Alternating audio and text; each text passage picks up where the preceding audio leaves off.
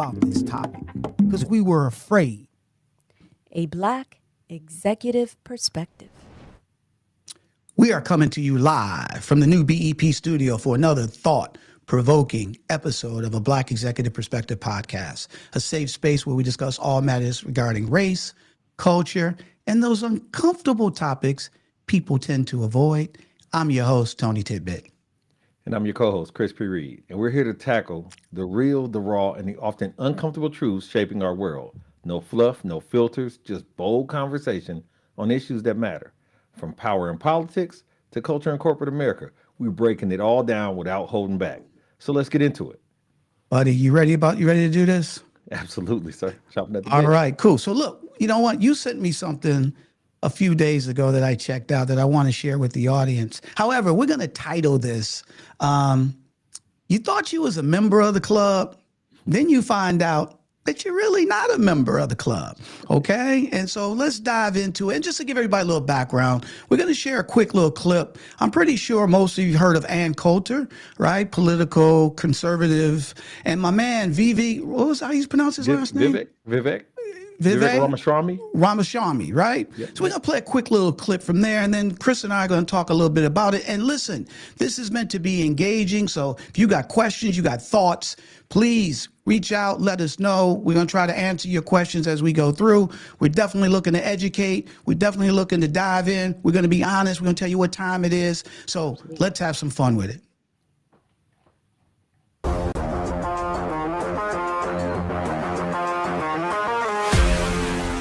There's an N word that you're not allowed to say anymore, but I'm going to say it. Nationalist. And there is a difference in how American you really are, depending on how long you've been here. And I think we ought to smoke that discussion out and have that open dialogue in a way that's been uncomfortable because of the Overton window that we accept around these topics. And I think we would be best served taking a truck and driving it through that Overton window so we can actually have an honest discussion about the future of where the conservative movement is headed from here, not just on the issue of national identity or nationalism or immigration, but more broadly. And that's why I brought on today somebody who I think has some thoughtful perspectives on the future direction of our country, of our conservative movement, and on this question of nationalism and national identity, somebody I've been fascinated by for a long time and have interacted with on social media, but for the first time we're having at least live form conversation in the offline sense of it. It's Ann Coulter. So Ann, thanks for coming on, and I'm looking forward to our conversation today. Me too. Thanks for having me. That was a fantastic opening monologue. I too am a fan of yours. I'm going to make a point of disagreeing with you so that it will be fun. You are so bright and articulate, and I guess I can call you articulate since you're not an American Black. Can't say that about them. That's derogatory. And that was a great opening segment. Lots of things to talk about there. Oh, and I agreed with many, many things you said during, in fact, probably more than most other candidates when you were running for president. But I still would not have voted for you because you're an Indian. We'll get back to that. So, buddy, I have my own thoughts, but I want to hear your thoughts on that. Absolutely. Well, first of all, sometimes people misspeak or they reveal themselves inadvertently, and you might catch a stray. But that was a sniper shot, and she knew exactly what she was doing.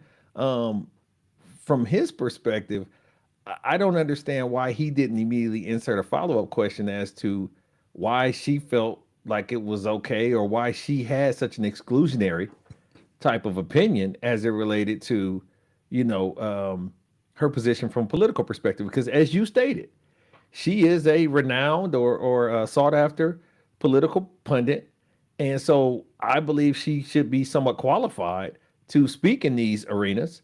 But that discredited a lot of what I would think a rational person would see as good politics to be purposely impolitically correct. Yeah, buddy. So here's the thing. We said we're going to name this, you thought you had a member in the club and you find out that you don't have a membership, right? And at the end of the day, let's just back up a little bit, okay? Yeah. Is that he's a libertarian. Absolutely. Right? He is, he stumped for Trump. He's a conservative, right? If you watch or listen to him, he speaks the playbook, the conservative playbook, inside and out, right? And at the end of the day, like I said, he was stumping for Trump. He was a surrogate, okay? And you know, he was supposed to be the right-hand man to Elon Musk for Doge. Yep. Okay? So he did what he thought, he believed. He said, I'm in this club. Okay? This is the club I believe. This is the club I'm going to be in. Okay?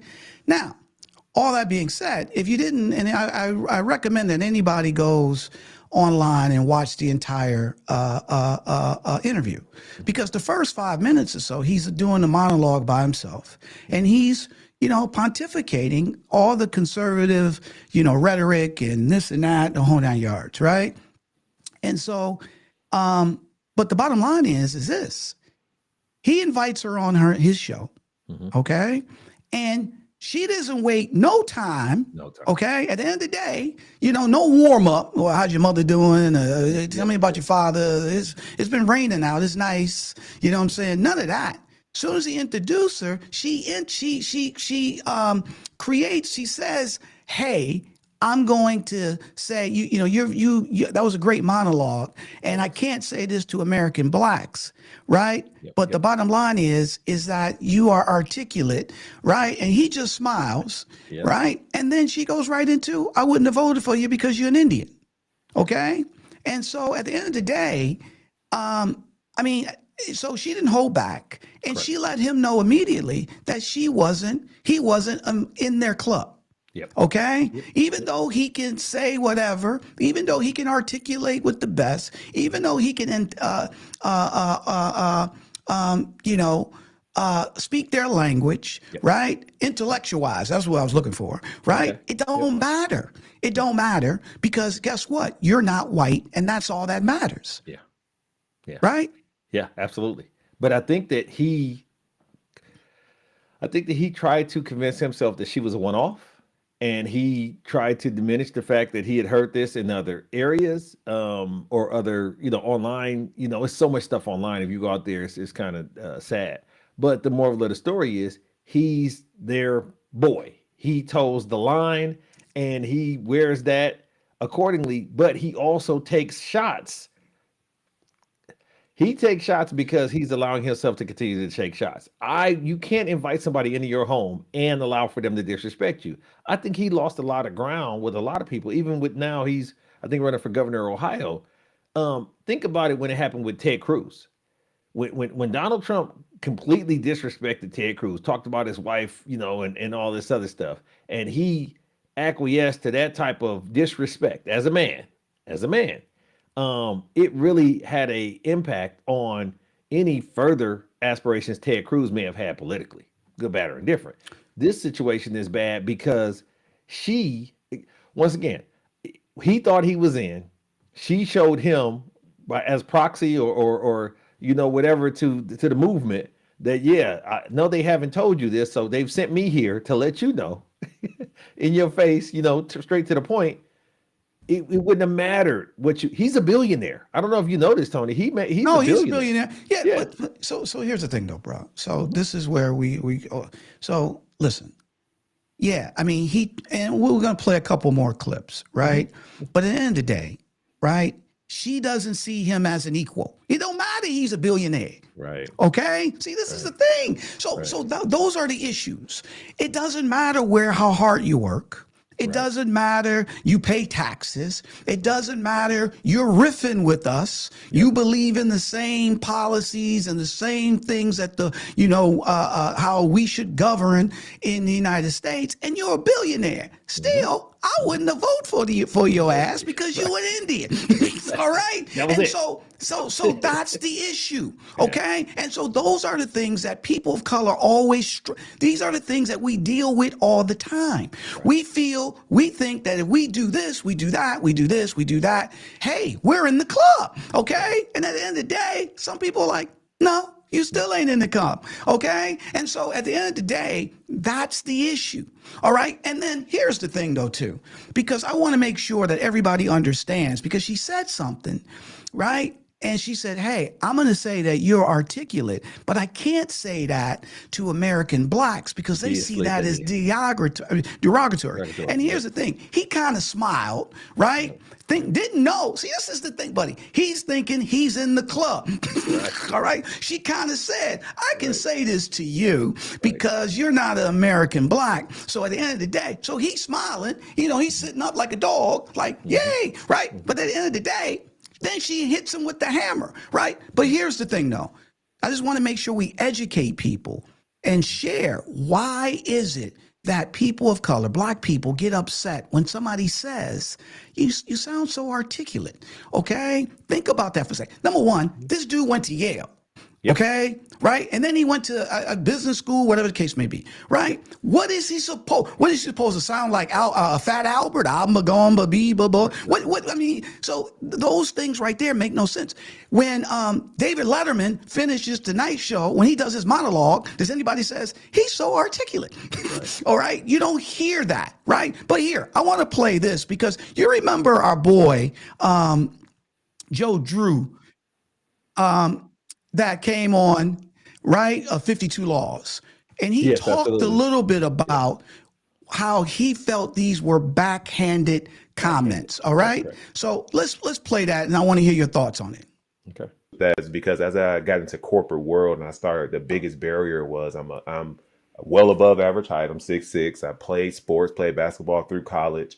And then I decided to go into the corporate world and I started to navigate. People looked at me as the big black basketball player, didn't expect the articulation, didn't expect the brain and the strategic thought process. And Eric and I worked at the same place at this time, and I started to hear some of those kind of backhand comments and surprise that I understand English language. Like, I got a degree just like you do. Why are you shocked that I can form a subject and a predicate? So that was really where I started to, get those barriers where people would give me these backhand compliments that I didn't appreciate, because I'm like, that's not a compliment. That's the price of admission to be in the corporate world and be able to excel in what we do, and we communicate it for a living. But I because of the experiences I had as a child and growing up as a teenager, I didn't react the way they expected me to.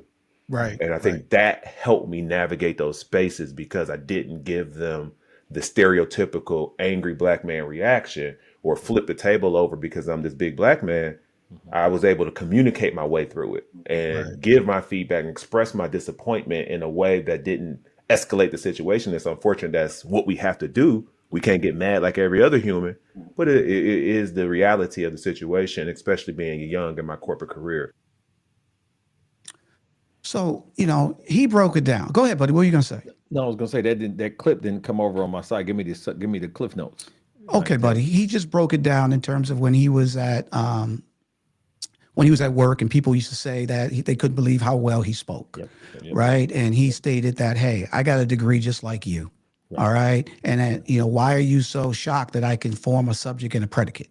Okay. And so he had to navigate, but he didn't give them the reaction that he thought that they were looking for. He just communicated in a very professional way to talk about his disappointment and stuff to that nature, right? But here are the things that people struggle with when they hear it. So that's why that's that's something that people don't like, right? Because you're basically shocked that they can speak well. Right? When that should just be automatic, like walking. Tony, I can tell you the truth. When I've heard this in the past, specifically and personally, or when I've seen it for someone, I don't think those people are shocked. I think it's clickbait, right? I think it's a situation where they're trying to elicit a reaction and trying to give you, once again, you said it, a backhanded compliment. They don't want to give you the credit you deserve, but they do have to address that something was said poignantly and prolifically. And so in order to do that, they preface it with a but sandwich. You don't like buts. You know what I mean? You don't like when people say, but this, but that. And that's what they're trying to diminish your luster by putting that in there to kind of really honestly put you in your place as far as how they see your place to be. Because regardless of, as we just talked about, you just said it, Yale, Harvard, billionaire. All of these, if you close your eyes, if you took away his picture and you just listen to it. What was the flick? What was the flick? Matthew McConaughey said, "Close your eyes, close your eyes." What was that flick? Yeah. Time to kill. That was Time to kill. Close your eyes, close your eyes. Now imagine that she's white, right? Yeah, next thing you know, not guilty. Absolutely. Right. Absolutely. But that is where, like you said, that fear mongering comes in, or that insecurity. It's an insecurity. And so in order to deal with the insecurity, you say things like this, because I can tell you 9 times, I don't have statistics, so don't kill me, audience, don't kill me, fans. But I believe that the majority of the time when people are saying, you are so articulate, you're this, you're that, they didn't grow up around any black folks or colored folks or people of color who didn't speak well. They have been in a microcosm of white folks or others that always spoke like this and like that, and they're using just things that they've heard and just nothing that they've experienced to create I am so stunned, or I am so surprised, based off what?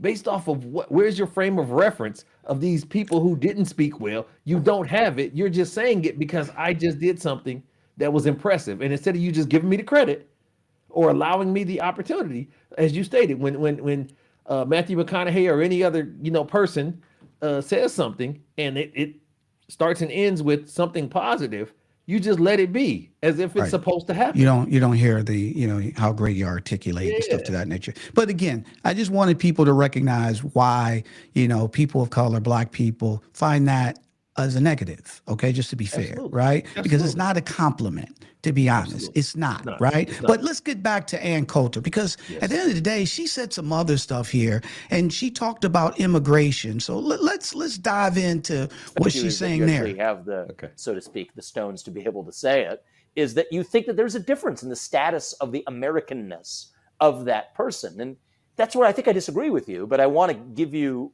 the opportunity to air the case for that strand of national identity that I think we ought to just smoke out and be able to have a discussion about. The reason I mentioned the natural born citizen is I'm only talking about President of the United States. Lots of our very best immigrants just do not understand the Second Amendment. They do not get the First Amendment. And you take polls of them, should you have a right to bear arms? Should hate speech be banned? And it's noticeable that large percentages of immigrants and children of immigrants really don't get that. And I think that is the point of having natural born citizen only for president, that this is a really delicate thing we have, this freedom to bear arms and there being no such thing as hate speech. And it's just an additional little safeguard.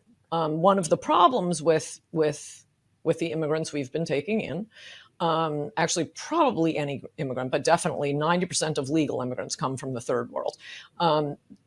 They're used to authoritarian governments. It's much more easy to boss around people who have come from an authoritarian culture. And yes, take your point that this is, at least for this one position, president, you are looking at something other than just what the person actually believes. But nobody really knows what a person actually believes. So why not have a fail safe? I want to hear you say it. And I'd also be more comfortable if you're third generation and have some English or, British blood in you. So this babe's crazy. Okay? She crazy, bro. All right? She crazy. All right, go ahead, bro. I'll let you go first. I can't let you do her like that. Let me just say this: we in a country where you have a level of freedoms of speech. Look, you can say what. That don't mean that you ain't crazy. All right, you can say what you want to say. Yeah, you're right, but that don't mean the person ain't crazy or ignorant. Two things can be true. Two things can be true. You can say, yeah, but go ahead. Finish your thought, bro. Finish your thought. That she is catering to her base. And people feel like, what I don't want people to confuse is she's saying that things are representing a diaspora that everybody feels this way secretly or quietly, because that's what they want you. They want you to think if you have a moment or a thought and you have a right or an opportunity to articulate it, everybody's going to be like, hey, you're standing up for your freedoms or you get to express yourself. But you can be honest and racist at the same time. You can be candid and, a bigot at the same time, you can say harmful, hurtful things that you feel based on what you've been indoctrinated into or how you see the world, and it's insensitive and irresponsible. I mean, we know so many people in the public sphere now that speak irresponsibly. She speaks irresponsibly, but you got to know who you're dealing with. But buddy, here's the thing though. It's not about speak. So yeah, people can speak irresponsibly, like, but if you're gonna speak with facts. Okay, so there's no facts. So let's back up because we're going towards the end, and let's talk about the beginning. First, she would not recognize my man Vivek, right? His family, they're from India. Okay, so she's talking. He's an immigrant, he was born here in Cincinnati. Yes, he's but a the child of bottom an line is that he's child of immigrant. So she's just like she's just talking to him. She's really talking about him in front of him. His face. All right, so that's number one. That's number one. Number two, she's saying that these immigrants don't know the Second Amendment. They don't know the First Amendment. Their kids don't know it. Let me ask you this. How many Americans know the First Amendment? See, you kidding me? They don't know. Okay? They don't. Okay, you see my point here is that at the end of the day, most people here, I think there's 40% or 35% only have a passport. Okay, they haven't been across state lines. All right, but at the end of the day, they know everything about the world. So most people don't know their civic history, American history. They don't know the Constitution. They don't know the preamble. They don't know the amendments. They don't know when they were started. They don't know how they got. So to say that immigrants don't know, right? So that's number one. I mean, that's number two. Here's number three. Okay, she said, hey, I need to have a fail safe that if we're going to elect somebody for president, they need to have some British blood in them. Okay, well, let me ask you this. And most people don't know this, what I'm about to say, to be fair. All right. And not that I'm some genius, but, let's just take a look at it. How many presidents have we had? What's the number? 44, 45. See, you exactly what I'm saying, all right? Is at the end of the day, it's 47. Okay, so it's 47 presidents. Trump is number 47. No. But listen to me. Trump was elected twice, so he's still 47. It doesn't matter. Okay, he's 47. Okay. My point is this: you can say 46. How many of them had British blood? Do you know? No, I don't. Of course, most people don't. She don't even know. Absolutely. Okay? Absolutely. So 38 had British, their ancestry came from Great Britain. 8 of them didn't. Okay? Now, who was the 8? Trump is one. Trump is one. Exactly. Exactly. He came from Germany. What is she talking about? Buddy, this is my point here, is that people walking around, right? And you can talk about free speech all you want to, but this person's got a platform, okay? And they're saying stuff that's not true. And the majority of people, they're not going to look nothing up, and they're going to take it as the gospel. Okay, that's just a fact, right? So Trump, German descent, Barack Obama, right? Eisenhower, Dwight Eisenhower, Ike, okay? So stop. John F. Kennedy. We can go on and on and on. So just this, I mean, look, the bottom line is this. You have somebody that's saying a lot, and then she's saying it on his show. And again, I wish that everybody would go and watch the whole interview, right? Because, and look, was my man trying to be professional and push back in a very nice way? Yeah, okay, I get that, right? But he didn't come back strong on her. He didn't dispute any of these facts, right? He kept saying, I agree. I agree. He Because he wants to still disagrees. be invited. He still wants to be in the club. All right. That's the point. Okay. She's spitting all over him. Okay. To be fair. Right. Come on his show. Wasn't on for 5 minutes and started saying, I wouldn't vote for you because you're Indian. All right. Think about that. Something he can't change. Wait a minute, but he invited her to his show. Okay. Now, if he went on his show, her show, then I get it. All right. Still disrespectful. But you on somebody else. That's like somebody coming to your house, don't wipe their feet. Okay. Absolutely. They just walk in, slush, whole 9 yards. Right. And then and they're just looking at you. Right. And you got white rugs all over. Right. And kiss your wife in the mouth. I mean, because she really went all in. Buddy, flat out, right? Flat out, flat out. So again, though, these things, and why did I want to talk about this? Because some people, oh, Tony Ann Coulter, you know, she's a one-off, or she's a character, a caricature, whatever. No, there's people that like her that believe this. Okay, they believe it. Okay, so it's not just she's a one-off or she's a bad apple or this and that. There's a ton of people. I don't want to use the word ton, but there's a lot of people that believe the same thing, right? Go ahead. What's your thought? Let me tell you the danger and where I think you're going in this regard. She's also endorsed by the network that supports and pays her. So, you know, being a leader at a company, there are certain company lines that you toe. There are certain things that you have to stay within bounds of, and you can't embarrass or misrepresent the establishment. She's able to she feels she's representing the establishment. She's representing MAGA. She's representing Fox or wherever she's housed at her primary location. And therefore, because she's sanctioned and blessed, you know, then they gave her the you know what I'm saying, the knighthood of being able to go out and spew this ignorance, that people find it to be valuable, or people find some degree of, if they allow for it, it must be. And a lot of people fall back on that. If they let it happen, it must be factually correct. If it's on here, it must. Nobody wants to believe that you can just get up there and say absolute falsehoods, absolute lies on television. And that's the danger. See, here's the thing, though, bro. You can talk to me all day about she's sanctioned by this and that on our yards, right? There's a lot of people sanctioned by this and that, and they come up and drink the Kool-Aid and speak the Kool-Aid. I get that. But at the end of the day, what she's coming up and saying is she's just saying it right. And look, back in the day, people, you know, let's be fair though, right? White people used to, you know, call you the N-word right in your face.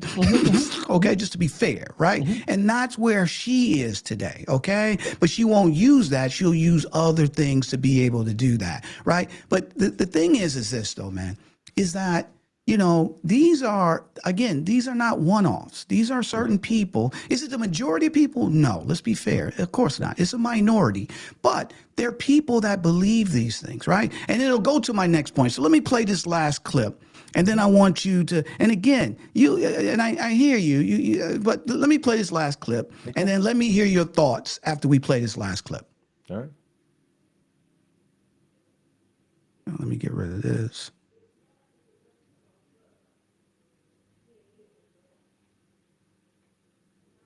There we go.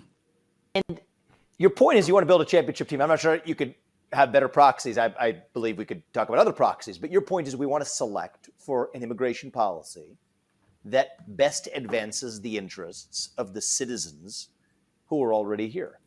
Yes.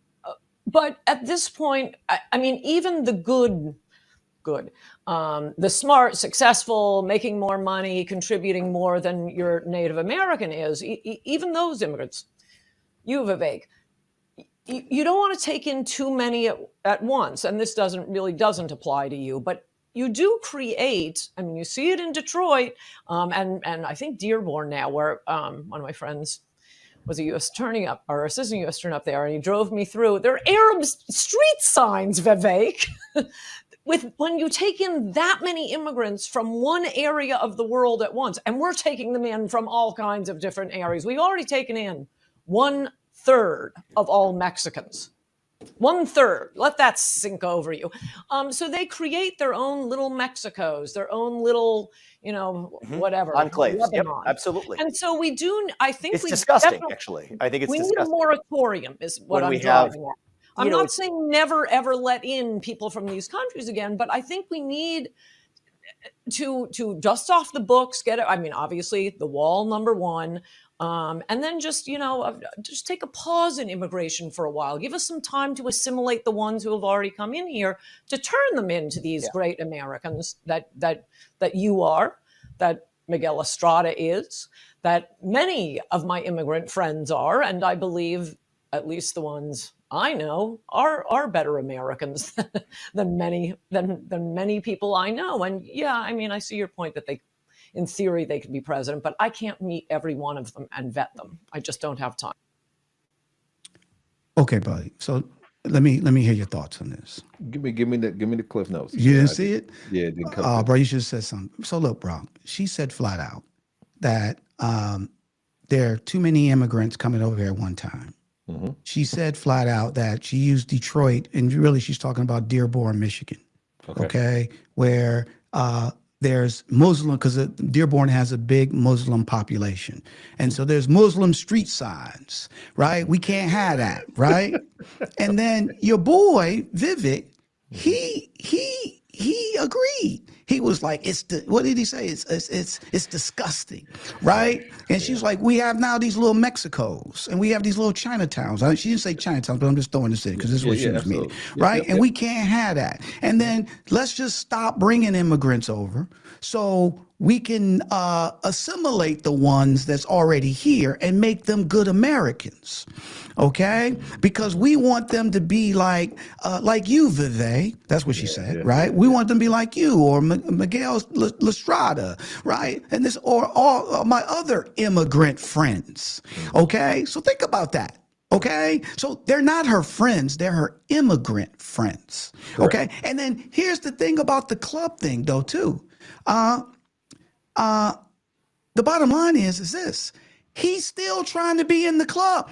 Man, he can't let it Okay. go. He can't Wait a change minute, settings. hold on. Let's see again, man. These are the things you went so hard. You try to be somebody that don't want to accept you, and you keep trying. So when she said, they Dearborn, they have, they got Muslim street names and they mean little Mexicos, and he says, I agree with you. He says, it's disgusting. So, but wait a minute here. This dude is from India. When his parents came over here, okay, where did they live? Okay, they probably lived in an area that there was a lot of other Indian people. Okay, let's just be fair, where they had their own stores and stuff to that nature, and not just them. So, but he forgets that because he wants to be in the club. All right, so buddy, you're selling your soul to somebody who don't want to accept you, not because you're not smart. Not because you're not a billionaire, not because of all the things, it's because of the color of your skin. That's the issue here. Okay? Hold on. I got to say one other thing, and I'll let you jump in. Right? Absolutely. But here's the thing, though, bro, is that instead of my man pushing back and saying, wait a minute, right? And, I disagree with that. He just placates her. Okay? And so, look, I just think, to be honest, is that but again, these are things that he just doesn't think of. She doesn't think of. He does as well. Go ahead, because I lost my train of thought because you were putting your finger up and you made me lose. Because he empowers the supremacy. But the irony of he was born here and you called him your immigrant friend. Buddy, this is flat out. colorism. This is no longer, let's keep it real now. We're going to keep it real on here. This is no longer about immigration or not. This is about racial or ethnic divisiveness. This is about, because he looks like this, he does. Once again, she couldn't catch him on he sounds a certain way. She couldn't catch him on he speaks a certain way, his dialect. She couldn't catch him on his socioeconomic platform. So she had to go to what he looks like to castigate him, to say, hey, if you were lighter, it's funny, we did a show where the guy was like, I'm as white as you. I'm Chinese. Oh, yeah, my man, what's his name? Ogawa, right, 1922, right? He was like, my skin is white as any white man. They were like, don't matter, you Chinese. You That's still right. ain't one of us, okay? Absolutely. But that desire, to me, is a psychological fracture that he has, that his people allow for. But he's I don't want to call this man bad names so badly, but we, sellouts and suckers and all this other stuff that we talk about in our community. The problem that I have with him is, especially in a sought after position or a high rank, or now he's trying to be elected into a position. When people elect you, they elect you to represent them and their interest and be a person that stands up or position. And so he's trying to have people who have shown they don't have an interest in him being around he's trying to be the representative of, because there's no way in hell that good, honest, hardworking immigrants, Indian folk or the other, should be electing this guy to represent who they are. He's a poor representation of a strong first generation American. And so once again, and I'm not trying to go back into where her people came from, but I hate when you have a person like her who acts as if they've been here 54 generations. You know what I mean? Your people came from somewhere. What Buddy. are we talking about? And so if you go back to the presidents, they all came over here from somewhere. Yeah. All right. But here's the other thing though, too, bro. Again, when you hear people talk like this, they have no clue of their own history. That's correct. All right. So let's be fair here. When the Italians came over here from Ellis Island and they all assimilated in New York City, okay? And there's streets that are named in New York City from Italian people, McDougal Street or all these streets. Yeah. That's okay. when Boston, when Irish people came to Boston and populated Boston, there's city streets that have Irish names, Franklin and all these other, and O'Leary's and all that. But that's okay. Polish in Chicago. Polish streets in Chicago. Polish in Chicago, right? Yep. But if some people from the Arab world come over, Middle East, yeah. Middle East, thank you, buddy. They come over and then they get together and they create their own streets. It's an issue. Okay? That's the point. And here's the thing though. Again, we're talking about being in the club, right? Those people in Dearborn, the majority of them, they're doctors, they're lawyers, they're bankers, right? They pay their taxes, they're school teachers, they're police officers. They're doing everything that they're supposed to do, a part of being American citizens. It still doesn't matter.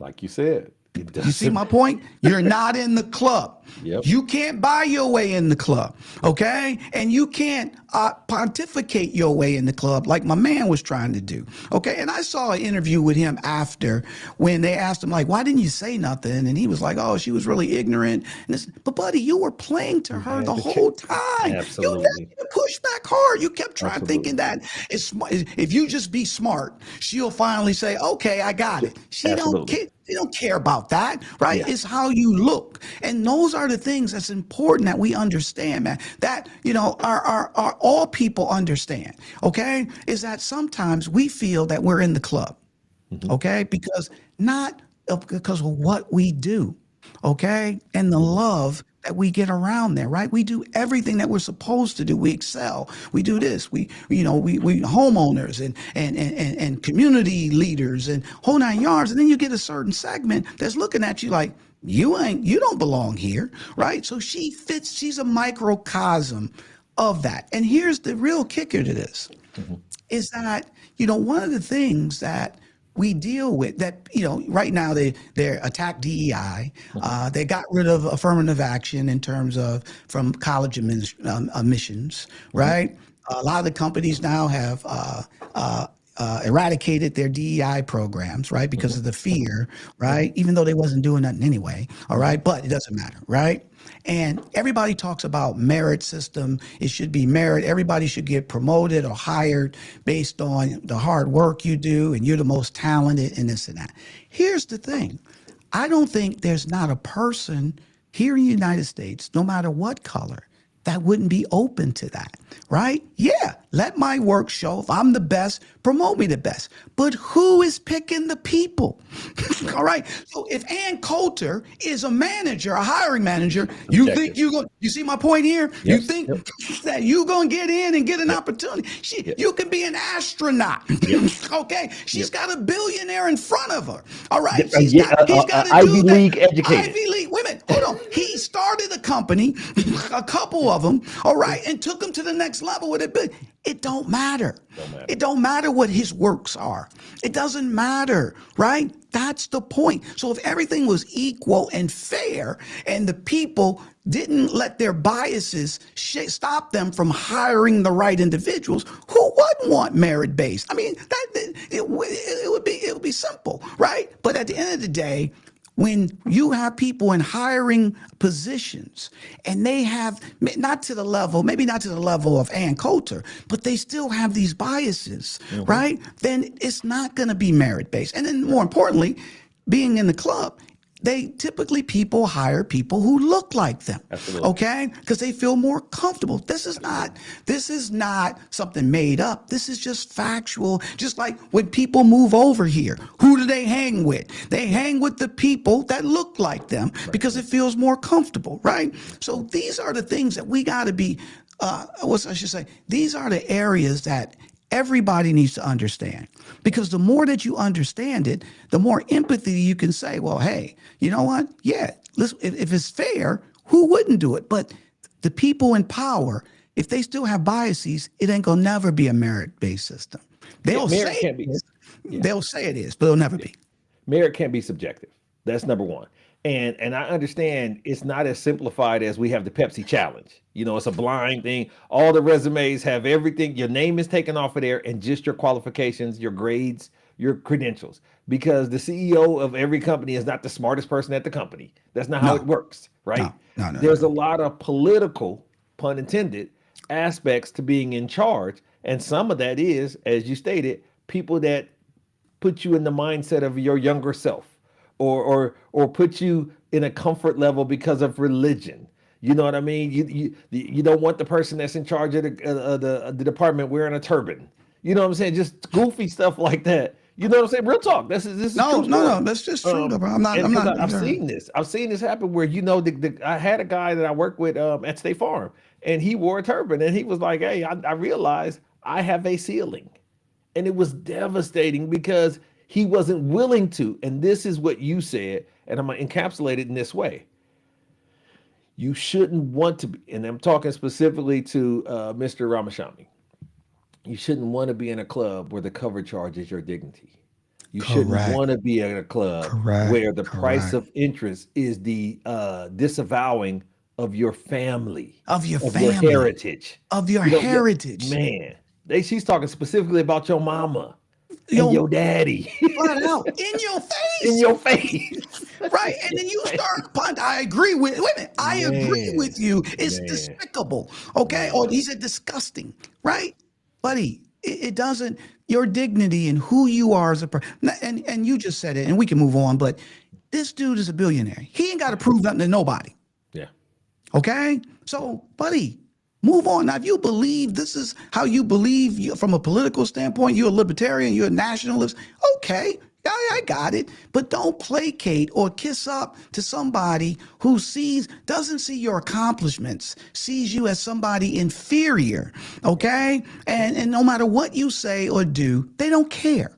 All right. And so we got to understand that. And I love what you said too. Your dignity is the key here, right? He don't need Ann Coulter to be successful.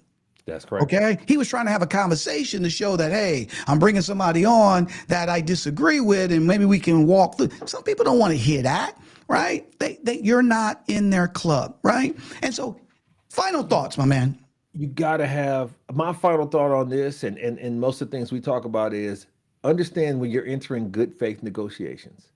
Understand when you're speaking with or trying to have dialogue or expand yourself with people who have the same interest.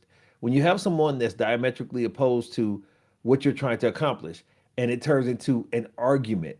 And I believe that she thinks, Ann Coulter, and I'm speaking for Ann Coulter at this point, that sensationalism and that type of radical fascism is entertaining. There's a danger in that. And when he allows for that to enter into his space, it then taints his platform. You can't let somebody bring that type of junk. And we can talk with anybody. And we've talked with people that I disagree with. We talk with people that I agree with. We have multiple interviews and things of that nature. But at the point in time where we're not civil, at the point in time where we're not respectful, when we're not allowing for that person to give facts and information that back up where their positioning is, they're just spewing BS.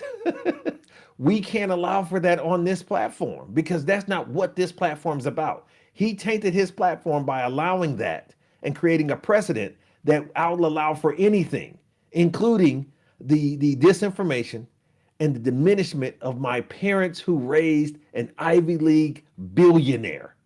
You are talking down to people. And I understand his mama could care less. Let's just keep it real. Your mama could care less. It ain't what my grandma used to say. It ain't what you call this, what you answer to. But damn it, I'm not going to let you talk reckless about me and mine in my house. I love That's it, bro. right. I love it. I love it. You know, here, I want to end on this because I don't think so. Yeah, I mean, this was a public interview, and I totally get it. But sometimes, man, you know, we think we don't have to have an interview with somebody. We don't have to be in a public space and we sometimes think that we're in the club, and then we find out just living life that we're not in the club. Okay, let me give you an example, and I'll end it on this. This was years ago. I don't know, it's 10, 12, 15 years ago. I went to the beach with, I don't know, 10, 12 of my friends, a beach in Rhode Island. All right. Beautiful day. Beach was packed, right? And it was so packed, we found a space by the lifeguard stand, right? You know, where lifeguards sit and they look out and the whole 9 yards, right? But the beach was packed. And it was a beautiful day. And I'm with my friends and we're just having, buddy, I just be honest with you, we were having so much fun, okay? A lot of fun. And we had brought a football with us, okay? Because the guys wanted to throw the ball and this and that, right? So my friend Steve, and I think it was Kenny, they started throwing the football, and I'm over here chatting with a couple other people, right? And like I said, we're right under the lifeguard stand. So, and the place is packed. You can hear noise, people doing their own thing, whole 9 yards, right? And then they were like, Tone, come on over. And I was like, oh, here I come, man. So I went over, right? They threw the ball to me. I threw it back. The dude on the lifeguard stand got on the speaker and said, no ball playing on the beach. The whole beach stopped. Everybody looked at me. Okay? I mean, buddy, when do you see somebody get on a life versus shark in the water or somebody's drowning? He got on, he saw them throwing the ball. Right. It was right under the stand. Right. But as soon as I picked it up and I threw it, he got on the loudspeaker and said, no ball playing on the beach, real loud and stern, where everybody stopped. Everybody looked at me. Okay? And I remember, man, I threw the ball down and I walked back over to my friends and everybody was laughing. They were like, black man can't throw the ball on the beach, right? And I laughed it off. But do you know how that made me feel? Yeah. Okay. Do you know I wasn't thinking about race or anything like that? I'm sitting here with my friends, but this dude picked me out and made me see like, you're not in our club. Yes. That's what he was doing. So they can throw the ball. Yep. Yeah, they can throw the ball, but you can't. Yep. And he said it loud where the whole beach stopped. Okay. And look, these are the things that we deal with that we don't say nothing. But you know how that didn't just bounce off me. And, you know, I'm Superman or, you know, I'm impenetrable. That bothered me for a long period. I had to suck it up with my friends. They knew what they said it. My friends even said it. So it wasn't like this was a figment of my imagination. Okay. But so these are the things when sometimes we think that we're in the club and then suddenly the world tells you in very inconspicuous ways, right? The grocery store, whatever, you're not in the club, right? So we want to make sure that everybody understands this because these are the things that people of color or women or whatever the case may be deal with. And they don't say nothing, but they're carrying these things, these invisible stresses, right? Because they're trying to navigate like everybody else. And they just want to be like everybody else, right? No different, no whatever. If I got a bad character, tell me about it. Blah, blah, if I don't do this, that. But at the end of the day, just to make it subjective and basically come out and just because of who you look like, make you feel like you're less than, that's got to stop. So look, my brother, I want to thank you for today's episode. You're my man. I love you a lot. And for you out there, I really appreciate you guys coming in, watching a Black Executive Perspective podcast, right? Unfortunately, if you had some comments, we can't see them. I've been looking for them, right? But definitely like our page. Definitely, we'll go after this. Check out your comments. If you want to be on a Black Executive Perspective podcast when we do our live episodes, DM us, go to our website, let us know. We would love to have you come on and talk about some of these topics, right? This is the people's platform. So we want to hear from everybody, Black, white, Jewish, Hispanic, women. It doesn't matter, right? We need to share our experiences so we can educate one another, so we can come together, right? Absolutely. And I would love for anybody out there to put in the comments any macro or microaggressions that you've been experienced or exposed to, because there is comfort in community. And, I think that at that time you was isolated, Tone. You were isolated. It wasn't another brother there to be like, damn. You know what Here's I'm the saying? thing, That Tom. kind of thing. I had my friends, right? And I could have said, and they were empathetic. I mean, we laughed about it, but they saw it, right? But I didn't even feel comfortable bringing it up. Exactly. Okay. And that was the issue, right? Because then if I bring it up and then all of a sudden now I'm chatting, they're like, a what are you bigger talking thing, about? and yeah, It's you a done bigger drugged the- you thing, done drugged right? the whole And mood now I down. got to deal with this and then, blah, blah, Over blah, blah, football. blah, Yeah, over yeah. football, right? Yeah, But yeah. it hurt, okay, to be Absolutely. fair, right? Absolutely. And so I hear you, my brother. Yeah. So we definitely invite you guys to give us that commentary and share. It's a therapeutic spot, right? It's good. It's cathartic to get them things off your chest and let people know that. And we want you to know you're not alone in this journey, and we're here to help. And we're not going to trade in our dignity or our faculties to try to be in to something that doesn't want us. Exactly. So we want you to always check out a Black Executive Perspective podcast. Check out our next show, Pull Up, Speak Up, where our roundtable dives into the most hard-hitting topics.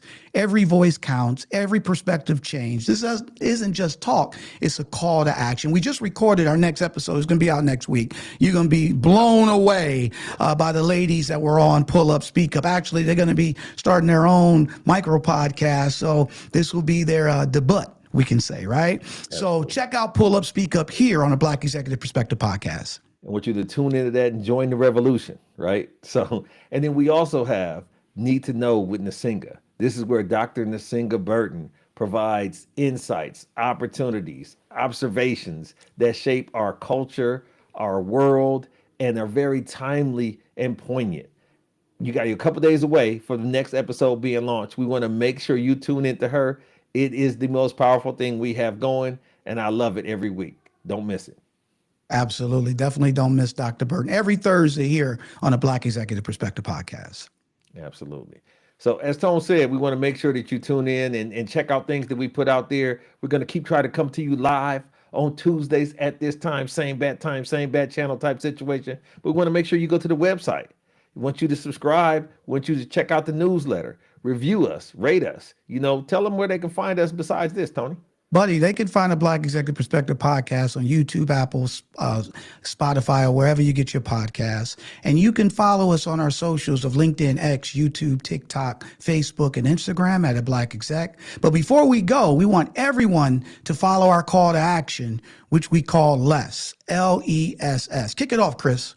All right. So the L, it stands for learn. Learn to educate yourself on racial and cultural nuances. Those little things become big things when you're ignorant. Absolutely. Then after you learn, you want the letter E. You have the letter E, which stands for empathy. Now, since you've learned, you should be more empathetic to your friends and family, because now you can put yourself in their shoes. And then the first S stands for share. Share your insights and enlighten others to things that you've learned. Don't hide it, divide it. Absolutely. And the final S, it stands for stop. You want to stop all discrimination as it walks in your path, right? So if Auntie Jenny or Uncle Joe says something that's inappropriate at the Sunday dinner table, you say, Auntie Jenny, Uncle Joe, we don't say that, we don't believe that, and you stop it right there. So if everyone can incorporate LESS, L-E-S-S, we'll build a more fair, more understanding world. And we all will see the change that we want to see, because less will become more. Absolutely. So I want to thank my co-host with the most, my boy down in Dallas, Chris P. Reed. I'm Tony Tidbit. We talked about it. We learned about it. We laughed about it. I screamed about it. We still gonna strive about it, and we gonna thrive about it. We love you, and guess what? We're out.